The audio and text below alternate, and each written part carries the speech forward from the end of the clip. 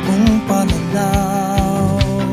Isang mapagpalayang umaga Pilipinas, Diyos Maraynalda o Bicolandia. Welcome po sa isa na namang umatikabo, makabuluhan at mahalagang talakayan sa pagsasaka.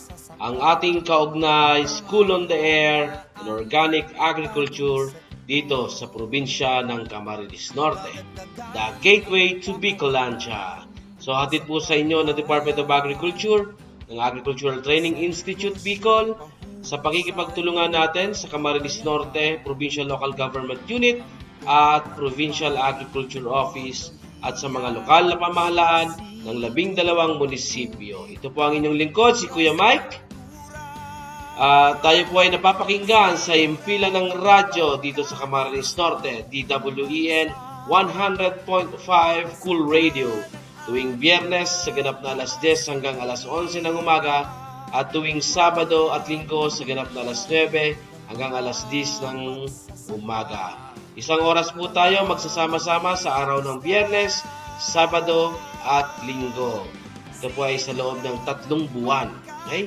At sabay-sabay na matututo sa pamamaraang organiko. Gandang buhay po sa ating 500 farmer enrollees na nanggaling sa 12 munisipyo ng lalawigan ng Camarines Norte. Magandang araw, bayan ng Basod, Kapalonga, Daet, Jose Panganiban, Labo, Mercedes, Paracale, San Lorenzo, San Vicente, Santa Elena, Talisay at Vincents. Ngayon pa lang po ay kami taus-pusong nagpapasalamat na sa inyong pagsuporta at pagpapahalaga sa mga adhikain ng kagawaran ng pagsasaka. Tayo rin po ay nasusubaybayan via YouTube. Just follow us on our official account, ATI Bicol, #Sarabay Channel, at FB page ng ATI Bicol, at syempre ang FB page din ng nabanggit na partner radio station natin dito sa probinsya ng Camarines Norte. Okay, so ngayong araw ay makakasama natin upang talakayin ang paksang Performing Estimation and Calculations. Siyempre, ang napakasipag. Ito, alam ko talaga napakasipag nito ni Ma'am. Talagang ilang beses na namin din itong nakakasama sa mga trainings.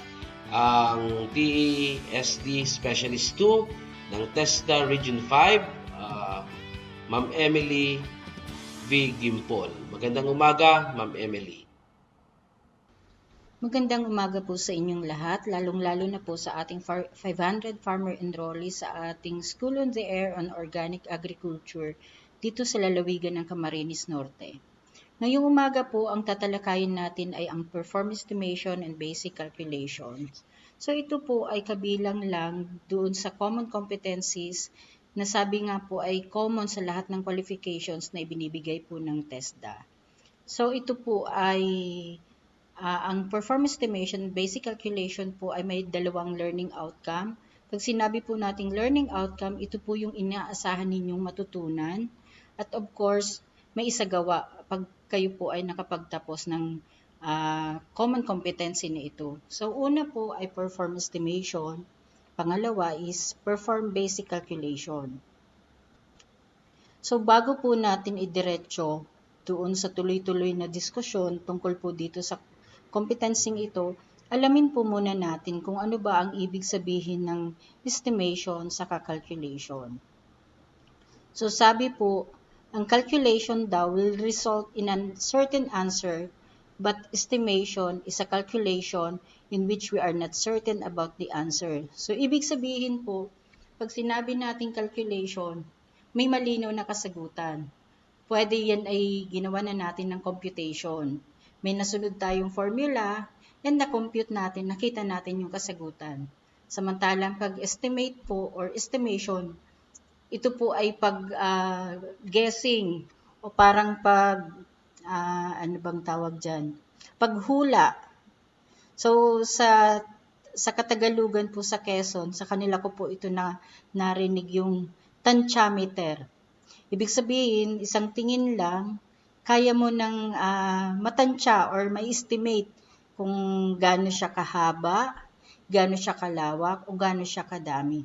Pero, pag sinabi na po natin na susukatin na siya Pag sinukat mo na at nakuha mo na po yung saktong sukat niya, ginamitan mo na siya ng instrument kagaya ng ruler, ng halimbawa graduated cylinder or measuring cup, so yun po yung calculation. So yun po ang pagkakaiba ng dalawa. So sa agriculture po ay may iba't ibang sistema ng pagsusukat. Ano-ano ba yung mga sinusukat kadalasan sa agrikultura?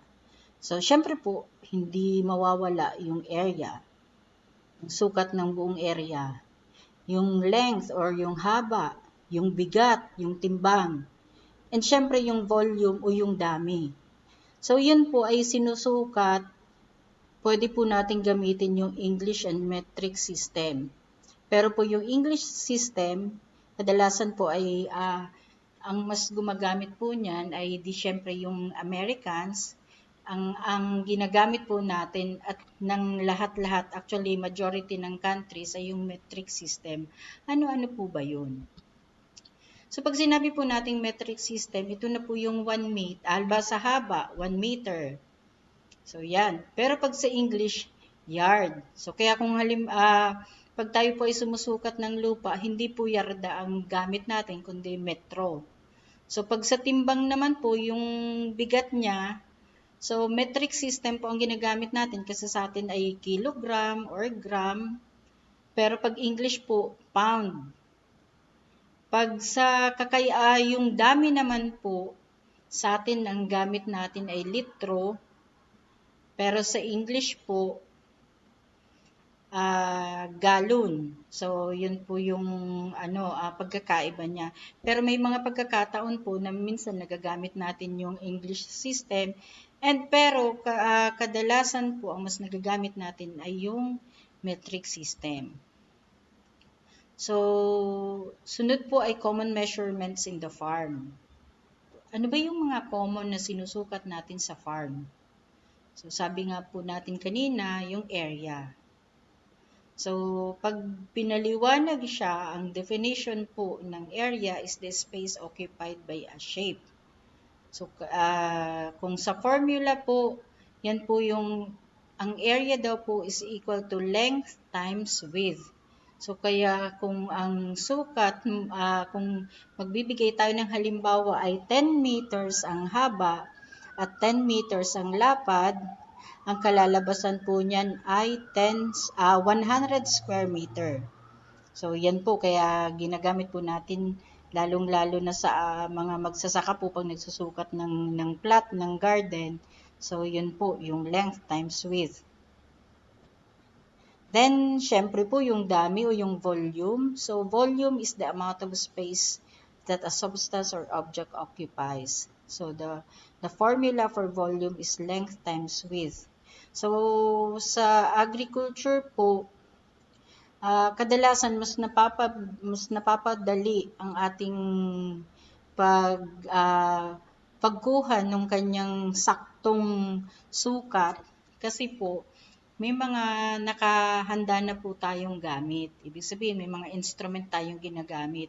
Halimbawa, yung sa concoction, pag sinabi nating kailangan mo ng 1 litro, so hindi ka na magpapakahirap pa paano ba malalaman natin ng 1 litro. So may beaker, may measuring cup po tayong ginagamit.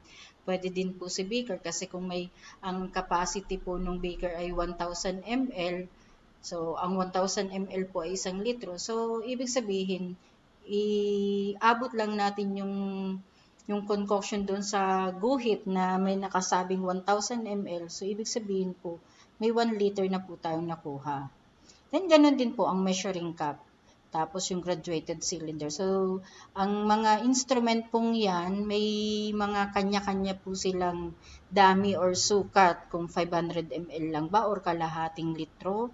So, meron pong 1 liter. Meron nga pong 100 ml lang. So, sunod po ay yung timbang or bigat. So, sabi po, weight is defined as the pull of gravity of an object, but in agriculture, this refers to the heaviness of a produce or product, either crops and or animals. So sa agriculture, Ang pinag-uusapan lang ng weight ay yung bigat or yung timbang.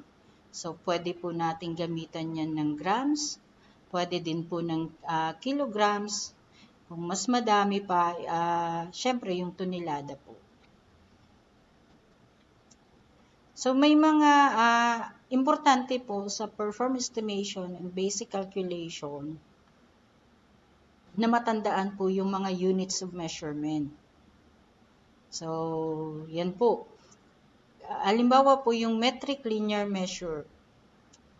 Naalala ko po kasi pag nagbibigay po ako ng assessment kahit po sa training, lagi ko pong binabago yung tanong na kung ang tanong ay naka-metro na, so ibababa ko siya doon sa centimeter. O kaya kung siya ay nakalagay sa, halimbawa isang ruler, ay pag isang ruler ay 12 inches, i-convert ko siya sa sentimetro. So, halimbawa, ilang inches or ilang pulgada ang isang ruler. So, minsan nagkakalituhan pa, kaya minsan hindi nila masabi na 12 inches. So, ibig sabihin po, ang isang ruler ay may 12 inches.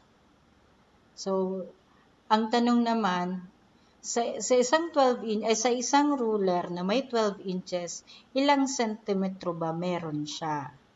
So, yun, hirap na naman mag-compute ang mga bata. So, yan po kasi pag halimbawa sa cell sampling, pag kukuha ka ng cell samples, hindi naman sinasabi doon sa instruction na kumuha ka na ang lalim ay 1 foot o 12 inches. Ang sabi po doon ay 30 cm depth. Ibig sabihin, 30 cm daw ang lalim. So, paano mo kaya mai-imagine yung 30 cm na yun?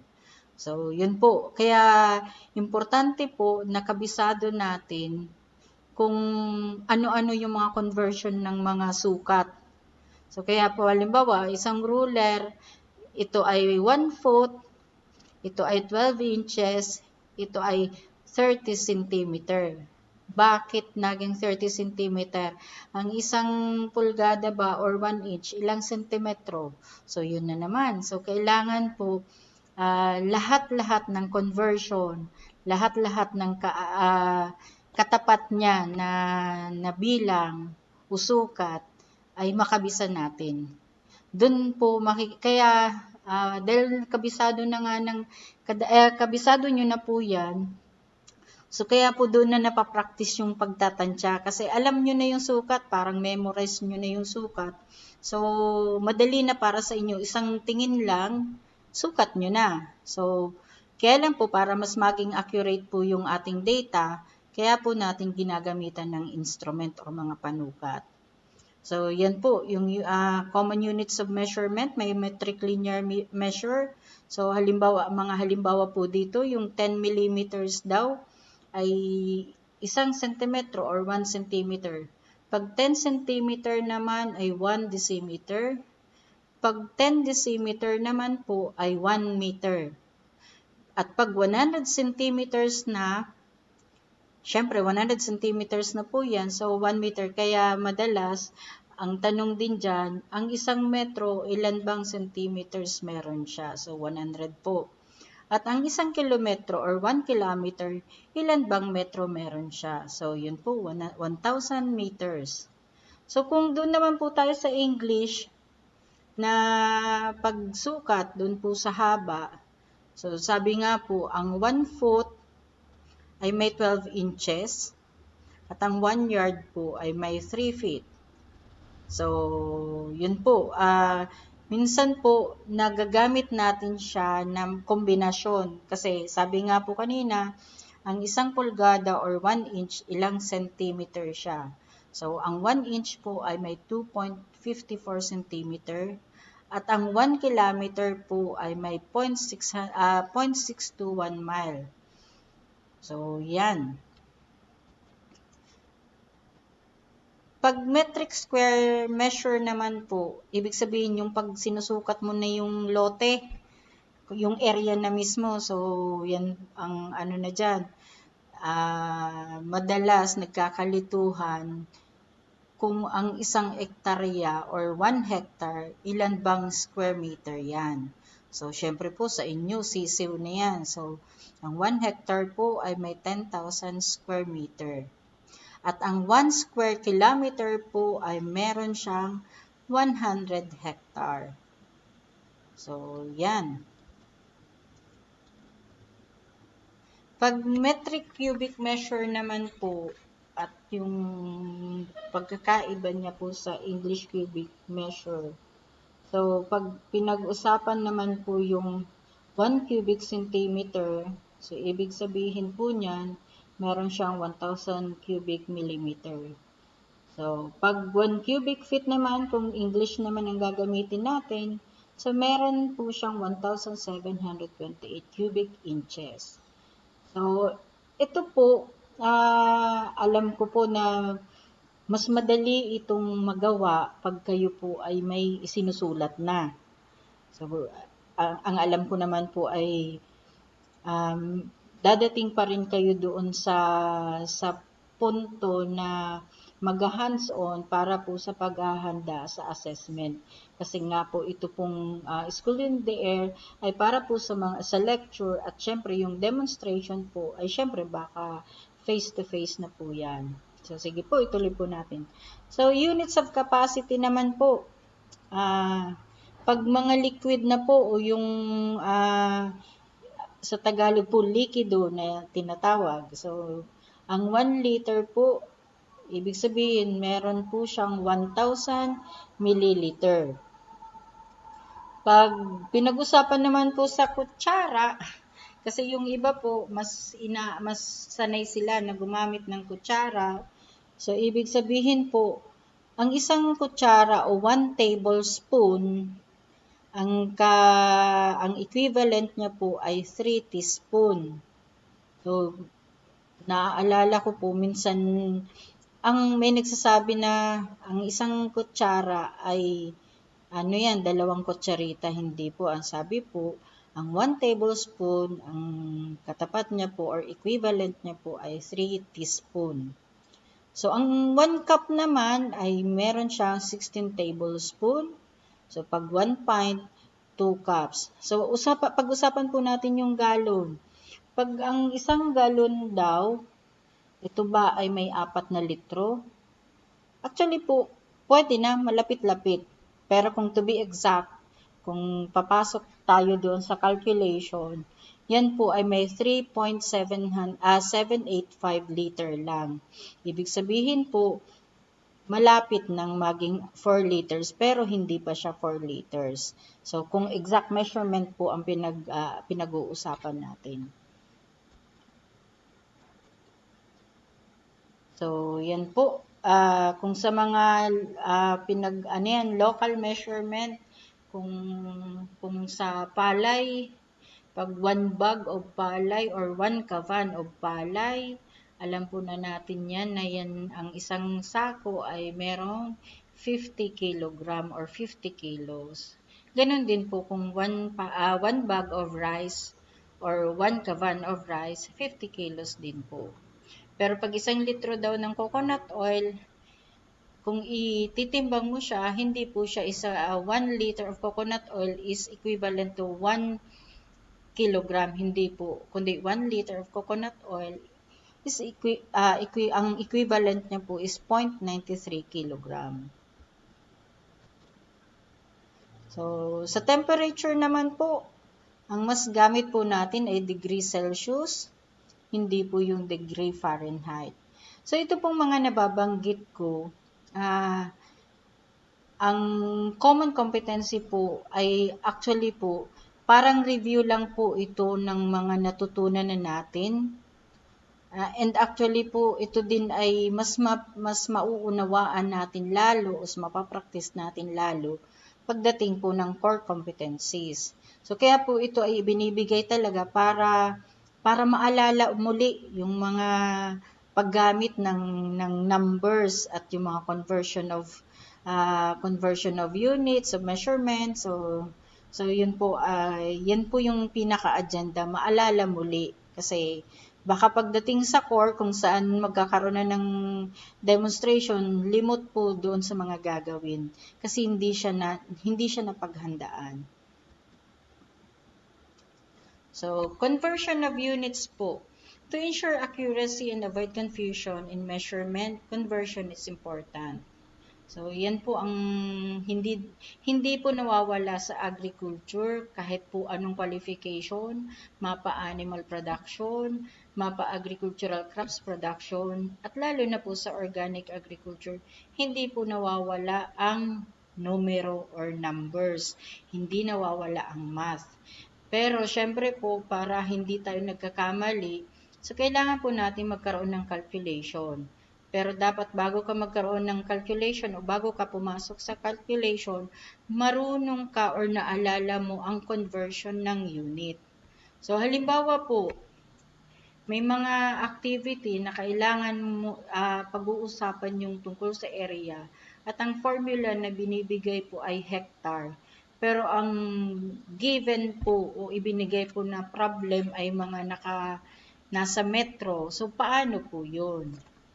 So, kaya po, kailangan mong alam kung, halimbawa, ang 1 hectare pala ay 10,000 square meters. So, example po dito, the area given is 1,000 square meter and it should be converted into hectare. So, ibig sabihin, 1,000 square meter po ba? Ilan po yan sa isang ektarya? Sabi po, ang isang ektarya daw ay 10,000 square meter. Posible po, kung yan po ay i-convert mo into hectare or ililipat mo sa isang ektarya, so ibig sabihin po, nasa 0.1 hectare lang yan. 10% lang yan ng buong area. So, kaya 0.1 hectare. So, ang ruler naman po is 12 inches in length, pero ang hinihingi po ay in centimeter. So, sabi nga po, ang isang pulgada daw or 1 inch ay 2.54 centimeter. So, ibig sabihin po, yung 12 inches ay meron pong 30 centimeter. So, 2 gallons of molasses should be written in liter. So yung 2 gallons daw, kailangan mong i-convert sa litro. Sabi nga po kanina, meron siyang 3.875 na litro in 1 gallon. So, ibig sabihin, times 2 mo na lang po yun. So, makukuha mo kung gaano kadami po yung litro ng 2 galon ng molasses. So, bago mo po yan, yung conversion po ay kung memorize po or natatandaan, madali lang. Pero syempre, meron din pong computation yan na ginagawa.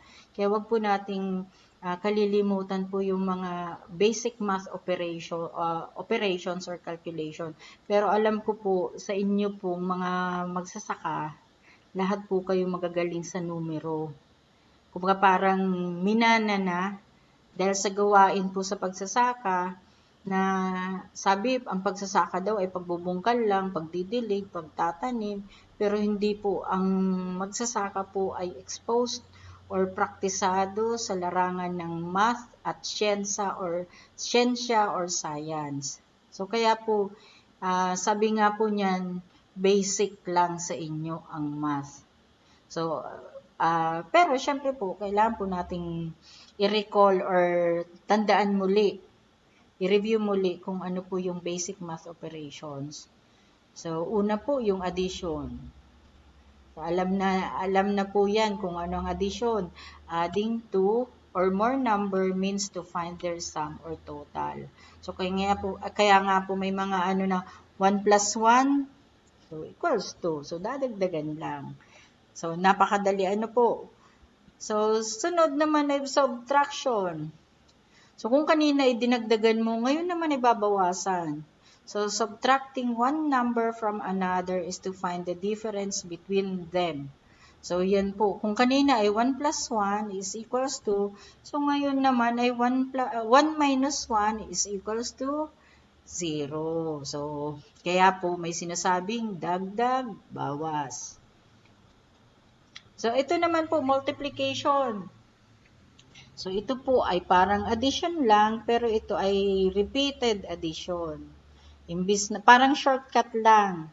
Imbis na magsasabi kang 1 plus 1 plus 1 plus 1 plus 1 is equals to 5. So, isasabihin mo na lang 1 times 5 is equals to 5. So, yun po. A product is the result of the multiplication of two or more numbers. Ang division naman po. So, ang division ay unless multiplication involves a number called the dividend being divided by another number called the divisor. So, yan po kung halimbawa, 10 divided by 2 is equals to 5. Para makuha naman natin uli yung 10, di 2 times 5 is equals to 10. So, napakadali ano po. So, ratio and proportion. So, a ratio is a comparison of two values expressed as a quotient. A proportion is an equation stating that two ratios are equal. So, ang ratio and proportion po, actually po, ito ay gamit na gamit during yung paggagawa po ng concoction. So, makikita po natin, halimbawa, 1:1. So, yung 1:1 po ay nakadepende syempre kung gaano kadami nga ang gagamitin. So, halimbawa po, 1:1 daw. So, halimbawa po, ang plano nyo lang po ay 1 kilo lang. Nung, halimbawa, fermented plant juice. So, 1 kilo lang ng fermented plant juice. So, sige, 1 kilo. Ay kung 3 sangkap po ang gagamitin nyo.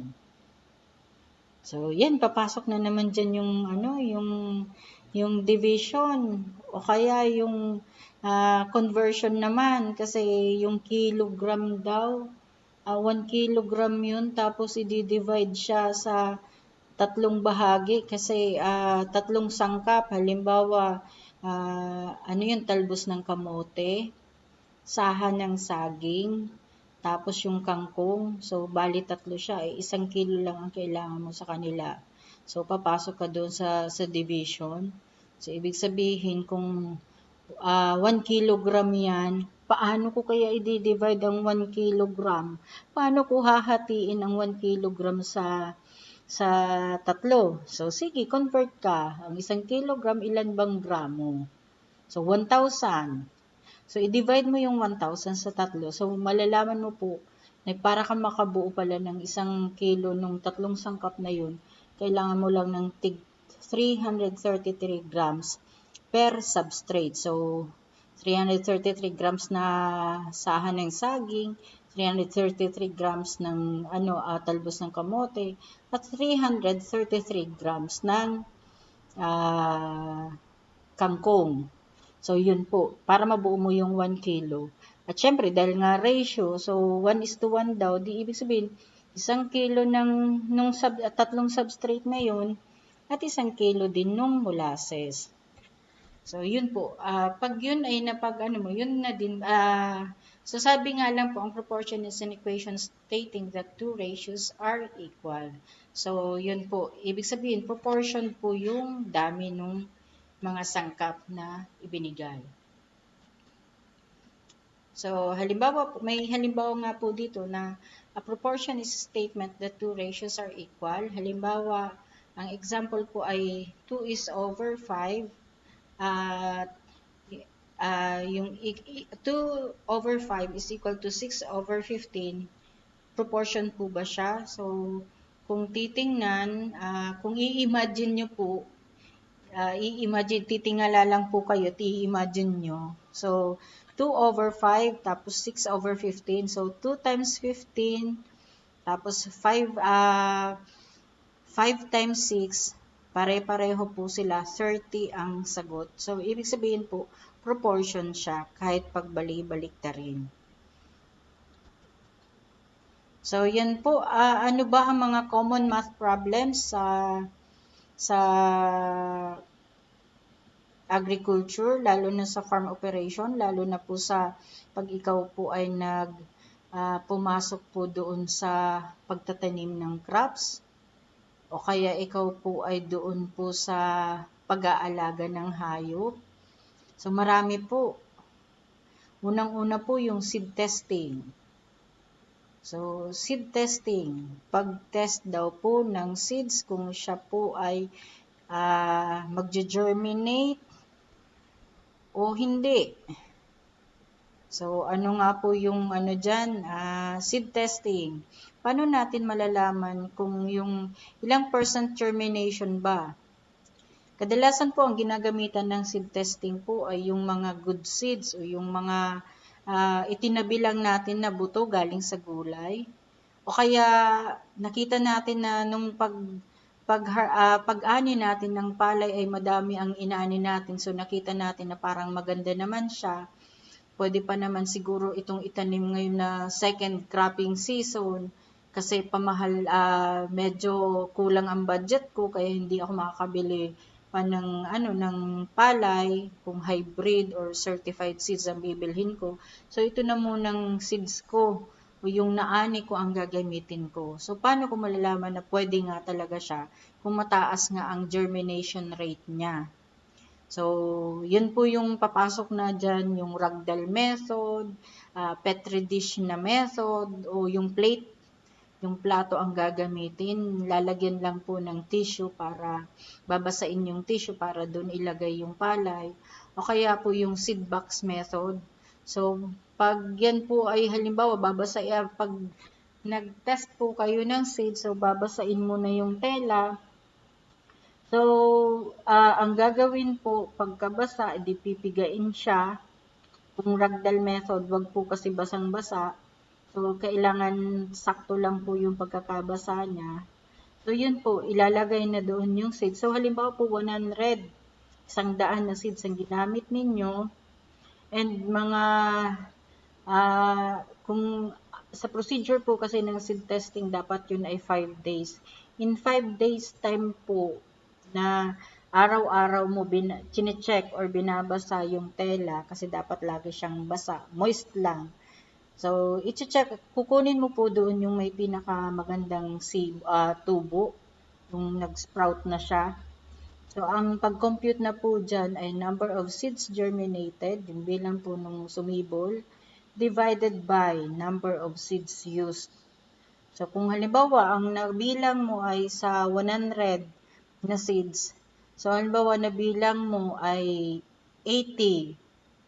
Tapos, ang ginamit mo ay 100. So, 80 divided by 100. So, lalabas po dyan na 0.8. Kaya lang, sabi nga po, percent germination, di times mo lang po sa 100. So, malalaman mo na 80% po pala yung percent germination niya. So, dun lang po, napakasimple ng seed testing, pero dalawang operation na po agad ang ginamit ninyo. Division, saka po multiplication. Tapos, sunod naman po yung layouting.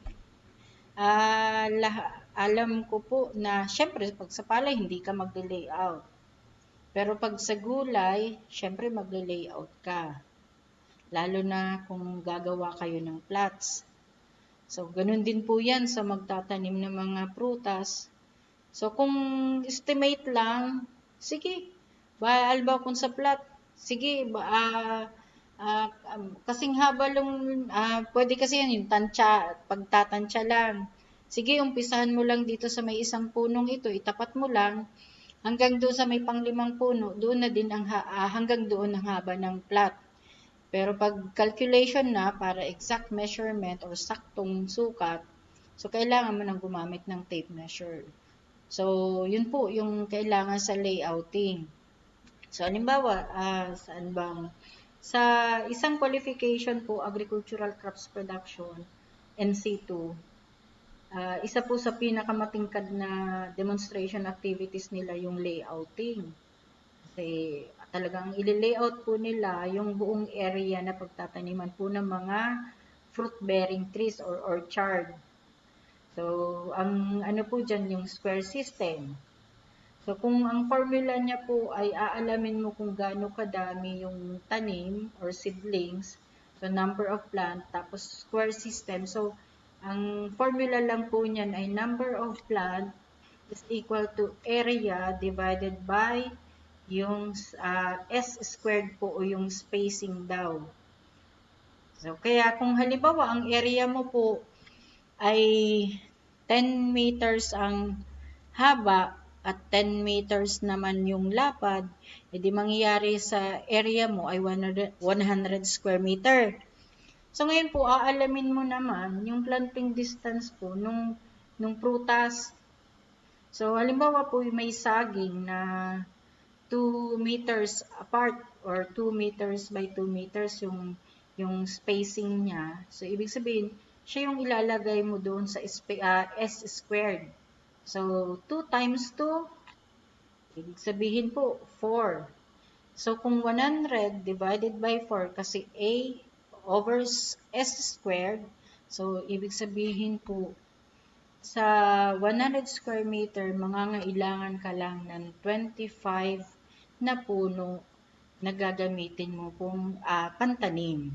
So, yun po. So, ano po ang advantage or ano ang benepisyo pag nagko-compute? Siyempre po, unang-una, nakakatipid ka. Kasi alam mo kung gaano lang kadami ang bibilhin mong pantanim. Kung magkakaroon ka man ng buffer, kung 25 yan, di gawin mo ng 30 kasi yung 5, di buffer mo na lang po yun extra. Ibig sabihin yun ay pag may namatay na tanim, di syempre yun yung pang refill, pang replant. So yun po, ang detalye po ng mga yan, syempre po ibibigay po yan sa core. So ito po ay parang review lang. So isa pa po yung seeding rate. Seeding rate. Lalo na sa gulay, kadalasan po or actually ang ginagamit nga po natin ay buto pag magtatanim. So kung magtatanim ako sa 500 square meter, gaano ba kadaming buto ang gagamitin ko kung yung direct seeded na seeds ay nagulay ang gagamitin ko. Halimbawa bagyo beans. So, paano ko malalaman na gaano kadami ang kailangan ko? So, yun po, papasok din po dyan yung sinasabing seeding rate. Lahat po ng seeds, gulay, lalo na sa gulay, may mga kaakibat po silang seeding rate. Ibig sabihin, sa isang hektarya, ito ang kakailanganin mong dami ng buto. So, yun po, may computation din po yan. Kasi halimbawa, kung sa kamatis, ang tatandaan ko po, ang kamatis po, ang kailangan sa isang hektarya ay 300 grams. So, 300 grams lang po. Kaso, yan po ay sa isang hektarya. Pero, sa formula niya po, kailangan mong i-considera po yung percent germination niya. So, kaya po, pag nag-seed testing kayo, yan po ay magkaka-connect. Kasi sa seeding rate, kailangan din po yung percent germination. Then, yung plant population density, kung yun naman ay mga itatransplant na, at kung paano ang pagtatanim mo, kung hill method ba or drill method. So, halimbawa sa drill method, syempre direct seeded dyan, pero pag mga hill method, pwede dyan yung transplanted. So, aalamin mo kung sa isang ilang seedlings ba o kaya ilang seed mismo ang gagamitin mo. So, may mga kaakibat po siya na formula. And yung mga formula pong yun, may mga kaakibat po yun, unit of conversion of units. And ito po yung medyo matingkad na usapin din po sa crops production. Kasi po yung fertilizer recommendation, kahit po sa organic agriculture, may fertilizer calculation pong ginagawa. So, yan po yung fertilizer recommendation. Naaalala ko po, pag ako nag-assess, halimbawa yung sa agri-crops production NC2 po, hindi nawawala po ang fertilizer computation or fertilizer calculation. So, syempre, dapat alam nyo po yung recommended rate, alam din po ninyo yung syempre yung formula. So, ano mga formula dyan na kasama? Multiplication, division. So, yan po, hindi siya nawawala. And yung unit of measurement po, hindi rin dapat nakakalimutan. So, kung titingnan po, may ilan ng computation po or math problems ang agriculture. Sa crops pa lang, meron na siyang seed testing, seeding rate, plant population density, layouting, fertilizer recommendation. So, may 5 na. Meron pa po yung CN ratio. Dahil po organic tayo, so may CN ratio po tayong sinasabi. So, yan na po. Kailangan yung carbon and nitrogen ratio. So, may formula din po yan na sinusunod. Siyempre po, ang detalye again ay nandun po sa core competency. Pero ibig sabihin po, maalala lang po ninyo yung multiplication na operation, yung division, makukuha po natin ang pagko-compute niyan. So, si sprayer calibration po, meron din. Ang sprayer calibration po kasi, although hindi po siya pinapractice sa iba't ibang qualification, kaya lang po, malaki yung benepisyo po nito kasi dito po na titingnan natin kung paano ba ako mag-spray. Kasi sa sprayer calibration po dyan, sinusukat at tinitingnan po natin or sinusukat po natin kung gaano ba kalawak yung sinasabing swath, yung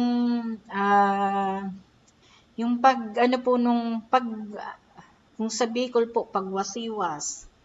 Yung paggalaw po ng kamay sa pag-spray, yun ba ay 180 degree ang lapad ng ating pag-spray o baka naman 90 degree lang. Ibig sabihin right angle lang. So, tapos titingnan pa po dyan kung yun bang sprayer, yung paglabas nung tubig doon sa nozzle, dire-diretso kasi may susukatan pa po yan, yung graduated cylinder. Halimbawa, yung tuloy-tuloy na pag-pump or pagbomba, syempre po alam naman natin na pag yan po ay matigas na, di titigil ka muna kasi may pressure naman.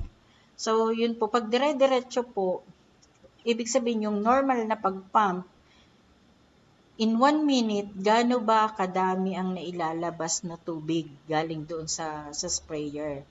At syempre po, pati po yung bilis ng lakad, yung pacing. Ano ba yung lakad niya? In 1 minute, gaano kalayo ang aabutin ng lakad niya.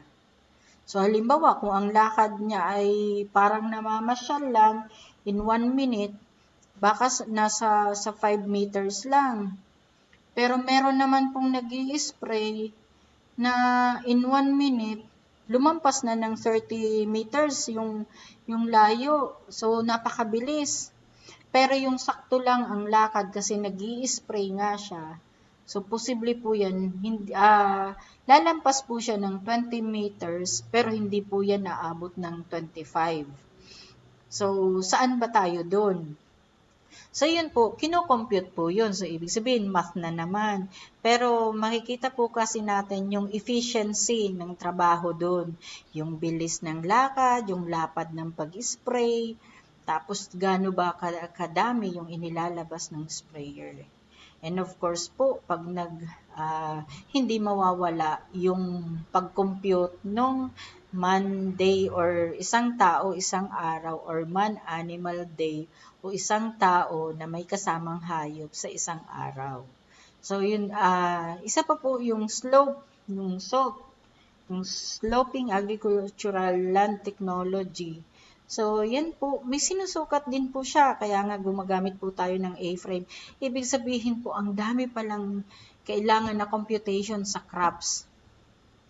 So, yun po ang yan po yung challenge. Actually sa inyo po mga magsasaka, hindi na yan challenge. Sabi nga po niya ng iba, maliit na bagay. Ginagawa nyo na yan araw-araw o regular nyo na pong ginagawa yan. So, hindi na siya mahirap para sa inyo. Sa halaman lang ba merong mga computations? Hindi po. Kahit po sa animals o sa hayop, marami din. Siyempre, ang common po na kino-compute dyan, yung average daily gain. Tapos, siyempre po, yung feed conversion ratio. So, marami pa po yan hanggang doon po hanggang sa kinatay na siya. May mga computation pa yan. So, ibig sabihin po, umpisa pa lang, mag-aalaga ka pa lang, magko-compute ka na, iniisip mo pa lang na mag-invest sa agriculture, nagko-compute ka na. Lalo na po nung nakapag-invest ka na, nagko-compute ka pa. Ay nung mag-harvest ka na, i-harvest mo na yung crops mo o kaya i-harvest mo na din yung alaga mong hayop or mas padadamihin nyo pa, may computation pa rin. So, ang mathematics po ay kapartner na po yan ng magsasaka. Hindi na po yan mawawala. Lalong-lalo na po kung gusto nyong masiguro na ang inyong pagsasaka ay well recorded. So, yan naman po, alam ko po na pag-usapan nyo na po yung perform farm record keeping. So, yun po ay magagamit nyo po ang perform estimation and basic calculation po sa record keeping kasi lahat po ng aspeto, lahat ng paggalaw sa agriculture ay pwede nyo pong i-record nyo po at pwede nyo pong gamitan ng computation. Lalo na, syempre po, yung mga pwede lang gamitan ng computation. So, yan. So, kaya po wag po kayong malilito ng yung sa pag-compute. Tandaan nyo lang po lagi yung mga conversion ng mga units of measurement. Pag sabi nga po niyan, ano ba ang halimbawa, naririnig ko kasi na may nagpa-practice na halimbawa sa isang litro ng tubig, so dalawang kutsara daw ng concoction. So wala pong problema. Wala po siyang problema. Tingnan lang po natin kung yung isang tablespoon po ba ay din siya, ilang ml din po ba siya. So kasi sabi nga po na parang standard na pag gagamit ka ng concoction 20 ml or 20 milliliter per liter of water. So hindi naman po sinabi na 2 tablespoon per liter of water. So yun po, baka kailangan po dyan ng conversion. Ganun din po sa paggamit ng lata ng sardinas, baka po kailangan din na i-check kung ano ba yung timbang or yung volume po nung sardinas, kung siya ba ay naka-ounce o siya ay naka-gramo. So kung ang recommendation ay naka-ml, so pwede din naman po natin siyang i-convert into ml. Kailangan lang tandaan po yung mga conversion ng unit. So, pag sinabi naman, pag wag tayong malilito na pag sinabi po nating estimation, tinatansya lang. Wala kang gagamitin na computation, kundi sabi nga po, tantyameter lang ang gamit mo niyan. So, kahit nga po hanggang sa karpentero pag tiningnan lang ang isang kwarto, natatansyan niya na ang sukat, and nalalaman niya na kung gaano kadaming plywood.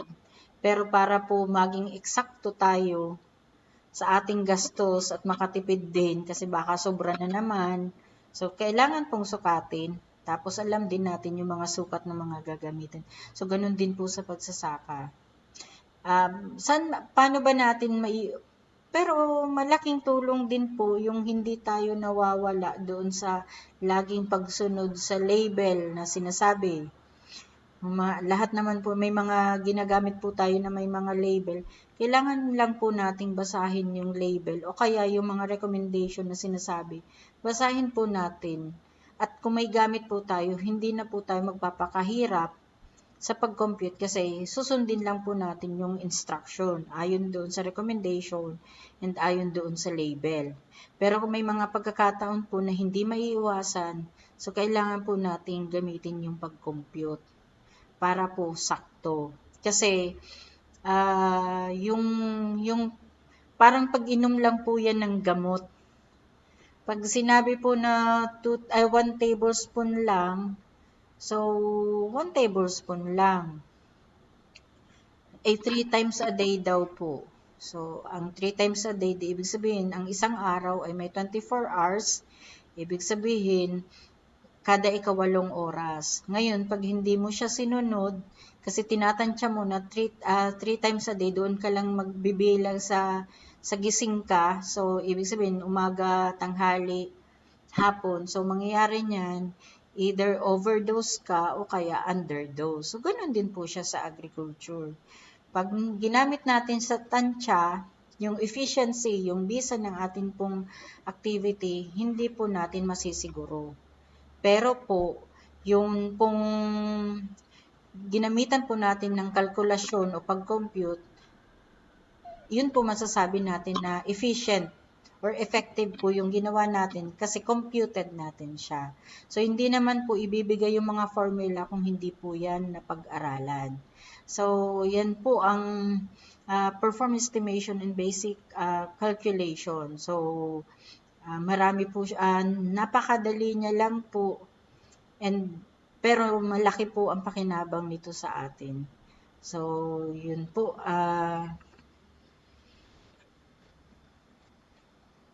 Sige po,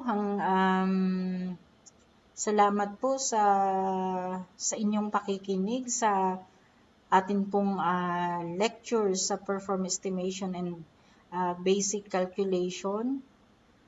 So, susunod na po nito ay yung core competency. Sa lahat po na core competencies, sigurado po ako na yun pong ating napag-usapan ngayon, magagamit ninyo po. Kasi hanggang may 4 po na core competencies ang organic agriculture at may 2 elective. Lahat po yun ay hindi nawawala ng computation.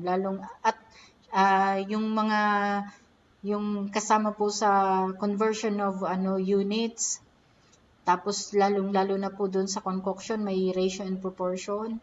Yung sa organic fertilizer po, ganun din po yung sa C/N ratio. Ibig sabihin, sakop din siya nung ratio and proportion sa perform estimation. And of course, yung mga pagtitimbang po, hindi po mawawala. Yung pagsusukat po, hindi rin siya mawawala, lalo na sa produce organic vegetables.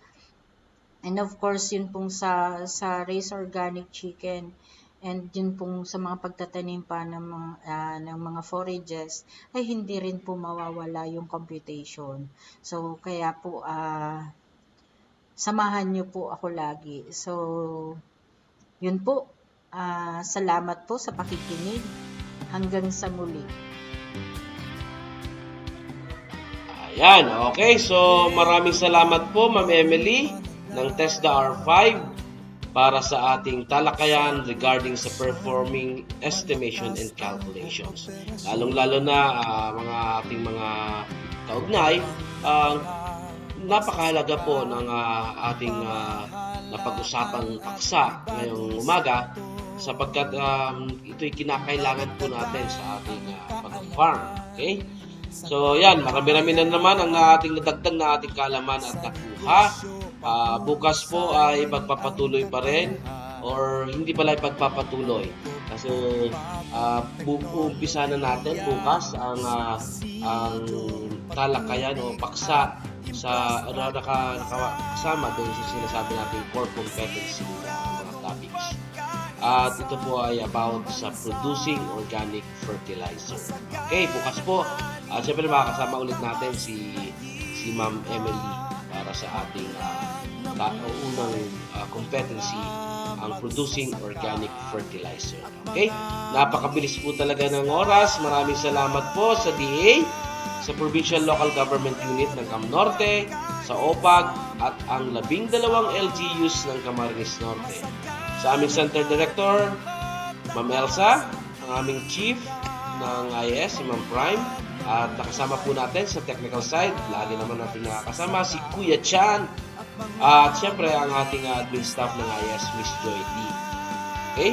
So maraming salamat po mga ating kaugnay sa pagsubaybay, pakikinig at panonood. Bukas po ulit, same time, okay? Same station. At ito po ang inyong lingkod, si Kuya Mike. Nag-iwan ng isang masaganang ani, mataas na kita mga kaugnay. Stay safe, stay healthy.